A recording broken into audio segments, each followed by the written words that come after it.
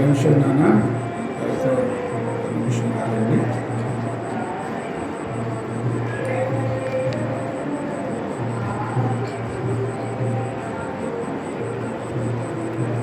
Praise the lord.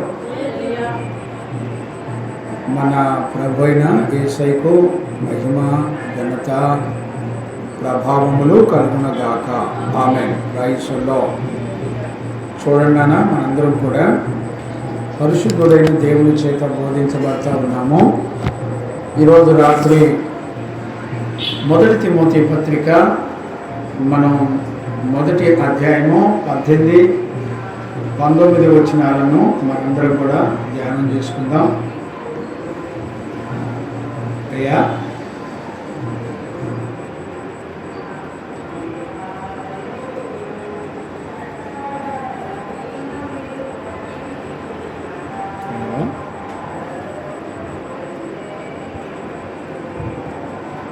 అయ్యా మంద నాగబాబు గారు, నాగబాబు గారు, మీరు మ్యూట్లో పెట్టండి మీ ఫోన్ని. అయ్యా మంద నాగబాబు గారు, హలో.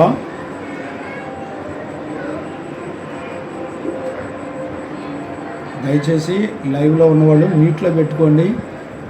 ఏదో సినిమాలు చూస్తా మరీ వింటున్నారు. మరి మీలాంటి పిల్లలు మరి నేను ఎక్కడ చూడలేదు. జాగ్రత్తగా ఉండండి. ప్రభు విషయాలు ఇవి. దేవునికి మహిమ కలుగునగాక. Praise the lord.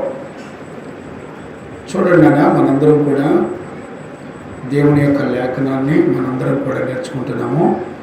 1 తిమోతి పత్రిక చదవండి అన్న. 1వ అధ్యాయము 18, 19, 20 వచనాలు చదువుకుందాం. చదువునానా? అదేం చదవటం అయ్యా? చదువునా? చదువు.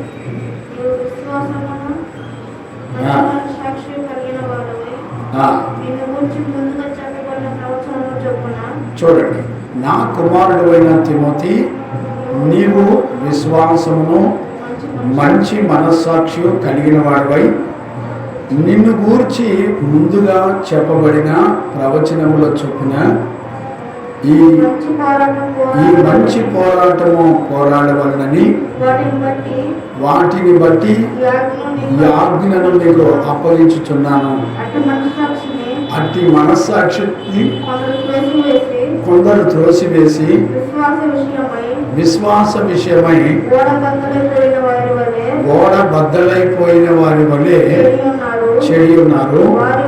వారిలో హుమైనను అలెగ్జాంద్రును ఉన్నారు. వీరు దూషింపకుండా శిక్షింపబడుటకై వీరిని సాతానుకు అప్పగించితిని. దేవునికి మహిమ కలుగునగాక. Praise the lord. చూడండి, ఈ విషయాలన్నీ కూడా గత 2 సెక్షన్లో మనందరూ కూడా నేర్చుకుంటూ వచ్చాం.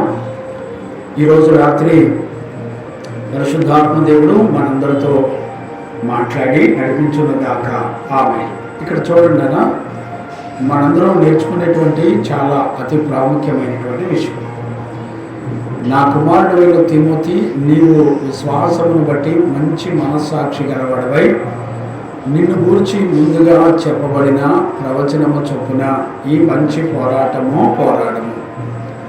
చూడండి, ఈ 18వ వచనంలో ప్రారంభం వచనాలు మనం చదువుతున్నప్పుడు మనందరం కూడా గ్రహించుకునే విషయాల్లో కొంచెం నెమ్మది కలిగి ఆలోచించాలి. ఎందుకొరకంటే ఈ మ్యాటర్ అంతా కూడా దైవజనుల గురించి, అంటే తిమోతి దైవజనుడు కదా, దైవజనుడి గురించి మాట్లాడుకోవడాన్ని మనందరం కూడా చూస్తున్నాం. ఒక దైవజనుడి గురించి చెప్పేటువంటి విషయాలు కదా అని మనకు అనిపించవచ్చు. కానీ ఇది దైవజనుడికి, సంఘానికి కూడా అతి ప్రాముఖ్యమైనటువంటి విషయం. గత కాలంలో మనం ఒక్కొక్క విషయాలను మనం కొంచెం వివరంగా చెప్పుకుంటూ నేర్చుకుంటూ వచ్చాము. ఈ రోజున మరలా నేను వాటన్నిటిని కూడా జ్ఞాపకం చేస్తూ ఉన్నాను. జాగ్రత్తగా మనందరం ప్రభు దగ్గర నేర్చుకుందాము గాక. ఆమె చూడండి, ఇక్కడ ఒక దైవజనుడు మరొక దైవజనుడితో మాట్లాడుతున్నటువంటి విషయం ఇక్కడ చూడండి. ఒక నిజమైన సేవకుడు ఎలా ఉండాలి అనేటువంటి విషయాన్ని ఇక్కడ మనం జాగ్రత్తగా చూడవచ్చు. ఒక అబద్ధ బోధకులు ఎలా ఉంటారు, నిజమైన బోధకులు ఎలా ఉంటారు అనేది ఈ మొదటి అధ్యాయం యొక్క ప్రాముఖ్యమైనటువంటి విషయాలు. చూడండి, దేవుడు అపోస్తులకు అప్పగించబడిన మహిమ కలిగిన ఈ సువార్త ద్వారా సత్య సంబంధమైన బోధకుడు ఎలా ఉంటాడో 12వ వచనం నుంచి 17వ వచనం వరకు అతనికి అప్పగించబడిన మహిమ కలిగిన సువార్త ఎలా ప్రకటించాలో, ఏ విషయాలు సంఘానికి బోధించాలో, నిజమైన దైవజనుడు ఎలా ఉంటాడో చెప్పడాన్ని మనందరం కూడా చూడవచ్చు. ఈరోజు మనకు అర్థం కావాల్సినటువంటి విషయం ఏంటంటే, మనందరినీ కూడా సిద్ధపరిచి దేవుని యొక్క రాజ్యానికి సిద్ధపరిచేటువంటి ఒక దైవజనుడు నిజమైన దైవజనుడై ఉండాలి, లేక సత్యమును సరిగా బోధించే దైవజనుడై ఉండాలి. ఈ 18వ వాక్యంలో అతి ప్రాముఖ్యమైనటువంటి విషయాలు తిమోతి గురించి దేవుని యొక్క వాక్యం మాట్లాడడాన్ని మనం చూడవచ్చు. ఏం మాట్లాడుతున్నాడు ఇక్కడ చూడండి. అపోస్తుడైన పౌలుకి ఒక కుమారుడు ఉంటే ఆ కుమారుడితో ఏ విషయాలు మాట్లాడతాడో ఆ విషయాలు మాట్లాడడాన్ని మనం ఇక్కడ చూడవచ్చు. విశ్వాస సంబంధమైన మంచి మనస్సాక్షి కలిగి ఉండి దేవుడు మనకిచ్చినటువంటి ఆజ్ఞల చొప్పున, ప్రవచనముల చొప్పున ఆయన మనతో మాట్లాడడాన్ని మనం చూడవచ్చు. ఇక్కడ చూడండి, ఇక్కడ మనందరం అర్థం చేసుకోవలసినటువంటి ప్రాముఖ్యత ఏంటంటే, ఒక దైవజనుడు అతని వెనక ఎవరెవరు ఉంటారో కూడా ఇక్కడ చెప్పడాన్ని చూడవచ్చు. ఒక దైవజనుడు ఇంకొక దైవజనుడు వెనక ఎవరెవరు ఉంటారంటే, మన వాక్యంలో చూసినట్టయితే అపోస్తులుడైన పౌలు ఉన్నాడు. మన వాక్యంలో చూస్తే ప్రవచించిన వారు కూడా తిమోతి పక్షాన ఉన్నారు. అలాగే మనం కనుక చూస్తే పౌలుకు అప్పగించబడినటువంటి ఆజ్ఞ చేత నడిపించబడడాన్ని కూడా మనం చూడవచ్చు. మరలా చెప్తున్నాను, జాగ్రత్తగా అర్థం చేసుకోండి.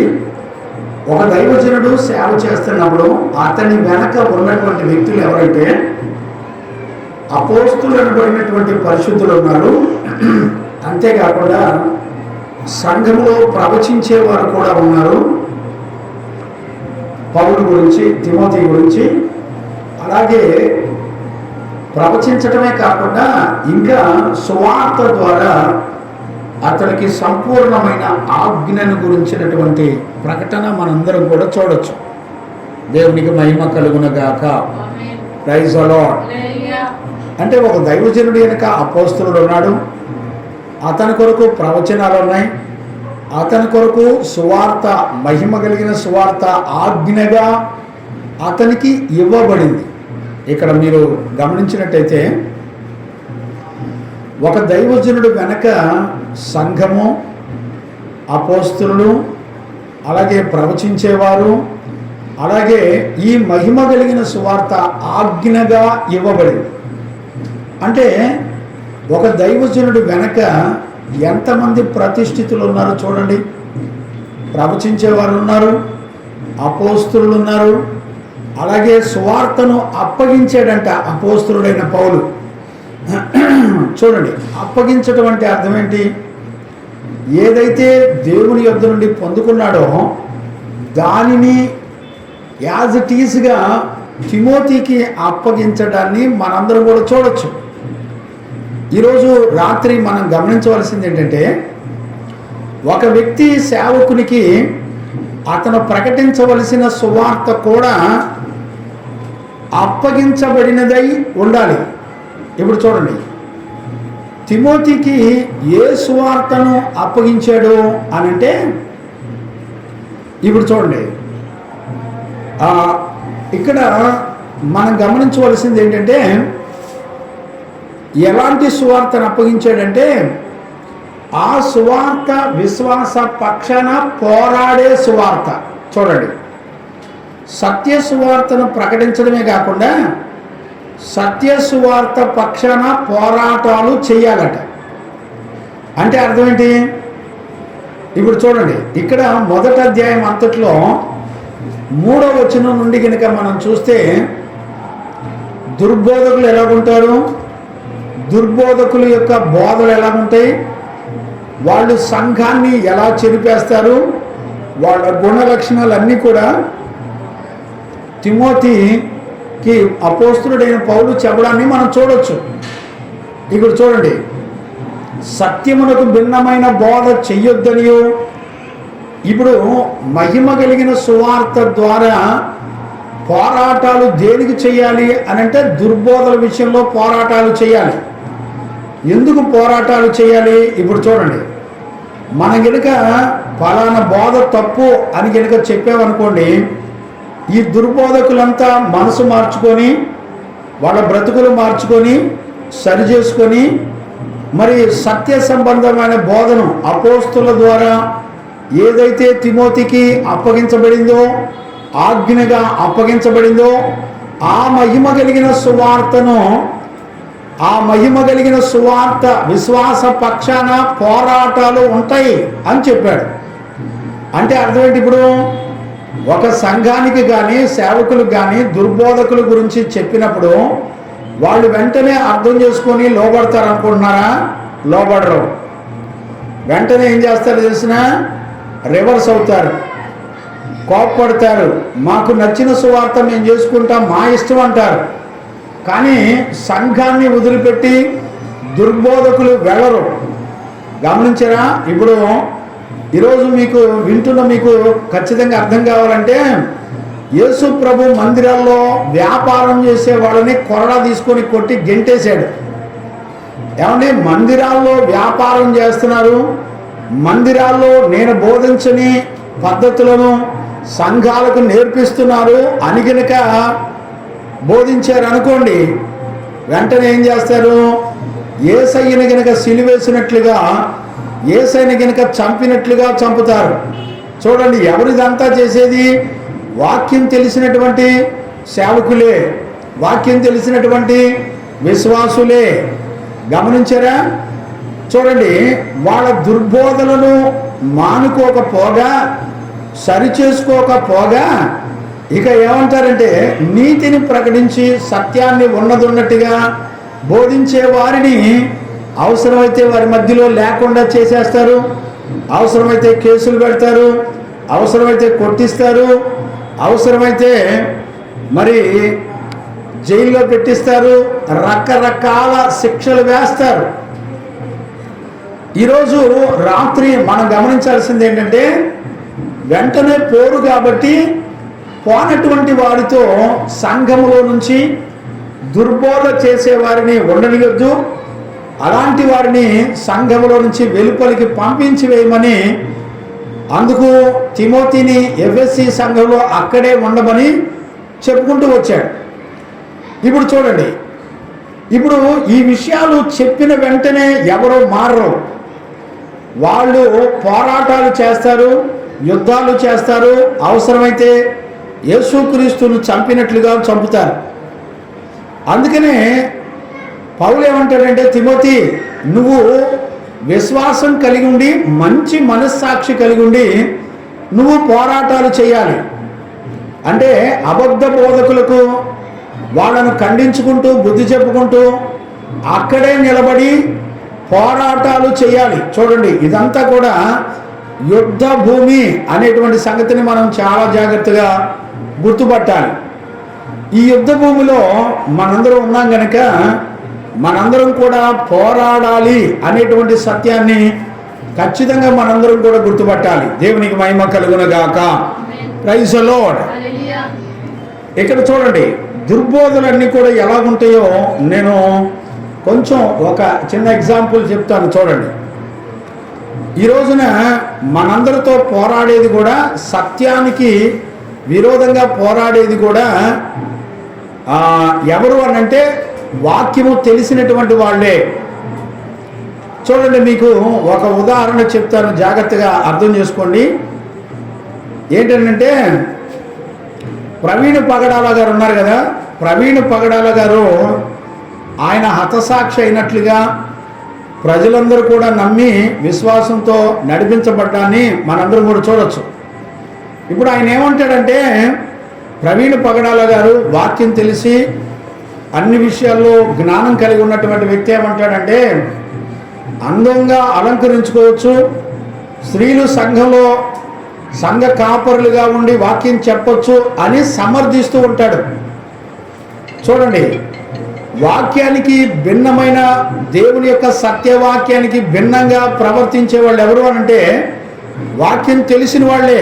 వాళ్ళు ఎవరో తెలిసిన అపవాది సంబంధులు, దుర్బోధకులు. చూడండి, ఉన్న వాక్యాన్ని కలిపి చెరుగుతూ దేవుడు చెప్పని సంగతులన్నిటినీ కూడా వాళ్ళు బోధిస్తూ నడిపించబడుతూ ఉంటారు. ప్రవీణ్ పగడాల గారు హతసాక్షి అయ్యాడు కదా, చాలా మంచోడని ఆయన మాటలే వింటూ చాలామంది ఇప్పుడు మనసు మార్చుకొని బ్రతికే వాళ్ళని నేను చాలామందిని చూస్తున్నాను ఇప్పుడు రీసెంట్గా. ఇలాంటి వాళ్ళని సంఘములో ఉండనియొద్దు, సంఘములో చేరనియొద్దని దేవుడు చెప్తున్నాడు.